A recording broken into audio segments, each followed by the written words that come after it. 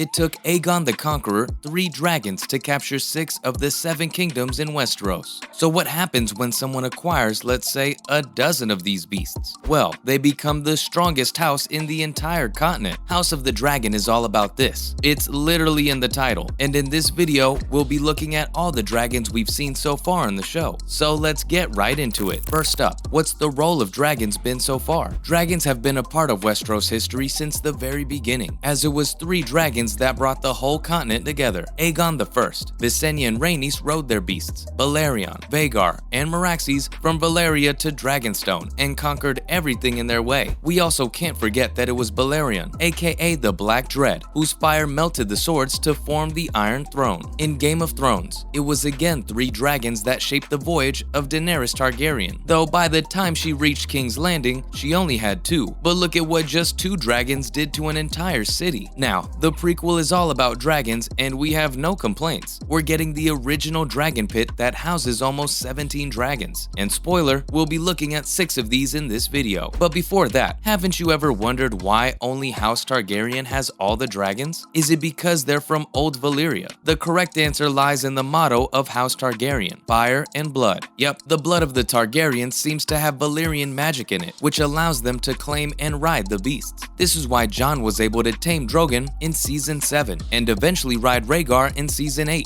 It's all in the blood. And in the words of Daemon Targaryen, the blood of the dragon runs thick. Now, let's look at our first dragon, Syrax. We don't blame you if you can't picture the beast by just hearing its name. With 3 dragons, it's easy to remember them, but when you hear a new name every episode, it can get hard to keep track of things. But well, that's what we're here for. We met Syrax in the first episode of House of the Dragon, when Princess Rhaenyra cut through the cloud and landed outside the dragon pit. According to the book Fire and Blood, from which the show is adapted, Rhaenyra has been a dragon rider since the age of 7, though it's hard to say if it's true for the show because character ages are something that isn't strictly followed from the book. The name Syrax actually belonged to a goddess of Old Valyria, and was ideal for the beast because in the books, it's described as a huge and ferocious beast. We haven't seen this version yet because the Syrax in the show right now is quite small in comparison to other dragons. However, this is just the first season, and we're also set to get a time jump in the next episode, so maybe that will upgrade Syrax to the enormous size that it's known for. Syrax is also known to be pretty fast as well, and in the books, it raced Caraxes and defeated it. If you're trying to remember which one was Caraxes, then well, stick around because we'll be covering it later on in the video. Moving on, we have Balerion, the one that formed it all, the Iron Throne, Westeros, the Black Dread that belonged to Aegon the Conqueror. You might be thinking, how is Balerion part of the series? Because the conquest was almost a century ago, so shouldn't he be dead? Well, dragons don't age as humans do. Technically, we don't see the Black Dread in the TV show. It died a couple of years before the events of the series, and its last rider was Rhaenyra's father, King Viserys. The Black Dread is, however, the biggest and oldest dragon in the Game of Thrones universe. It's the only survivor of the doom of Old Valyria, and was thus the last living thing to have seen Valyria in all its glory. The books described it as black and mighty, with a wingspan that covered entire cities in its shadow. Imagine witnessing this, going out and seeing the sun hidden by a beast of enormous size that could destroy your city in mere seconds. There won't be anything you can do, just maybe admire its beauty before it brings the doom of Old Valyria to you. In the show, we only saw its skull, which was the same one as the one we saw in Game of Thrones. It was kept in the crypts and had a shrine built for it. This shrine was described as huge and ancient and sleepy, and honestly, the showrunners nailed this with the visuals. As of now, there weren't any confirmations, but who knows, we might see the mighty beast in a flashback sequence. After all, the show has the budget to CGI a dragon as big as a city. Now, let's look at Vhagar. You've heard this name earlier on in the video as well, and if you forgot, then this beast belonged to the sister wife of Aegon, Visenya Targaryen. So yeah, this dragon not only saw, but formed Westeros, and lived long enough to appear in the events of the House of the Dragon. So hey, shout out to Vhagar for aging like a fine Dornish wine. Though Vhagar hasn't yet made an appearance in any of the episodes, we know it's out there, because we learned about this in episode 2, when we had that awkward courting between King Viserys and Laena Velaryon. We also know for a fact that it will appear in the show, because one of the trailers showed the sister of the Black Dread roaring on top of the dragon pit. Can't wait for that episode. As for the dragon, it was said in the books that near the end of its age, Vhagar got almost as big as Balerion, and its flame was so strong that it could melt stones. This just made us even more excited to see the dragon dragon of old and what it will do, because in the trailer, it didn't seem particularly happy, and only time will tell about what happens next. Next up is the Rogue Dragon, Caraxes. It's not officially known as the Rogue Dragon, but it's just that it's so similar to its rider, Daemon, that the name just felt natural for the beast. We met Caraxes in the first episode, and it looked like it was plucked right out of the books. Lean, red beast, fiercest of all the beasts. Absolutely spot on. The way it roared probably made any viewer who was watching it with headphones jump out of their seats. Its official nickname, not the one we gave it, is Bloodworm, which it got for its color and brutal nature. We've seen these tendencies in the third episode when it blazed the entire crab-feeder army like they were nothing. And such power takes a lot of energy, which probably explains the beast's appetite. We saw it eat half a dozen goats in one go. Caraxes is also one of the alienated dragons, because it's kind of hated by all other dragons. Come to think of it, that's pretty sad, even for a dragon. So maybe all that food is just comfort eating. Who knew we could relate so much with a dragon? Next on our list is Dreamfire. We haven't seen this particular dragon yet, but we did see its egg. Maybe that rings a bell. Still can't remember it? No worries. Back in episode 2, Daemon Targaryen stole its egg for his unborn child, when in reality, he just stole the egg because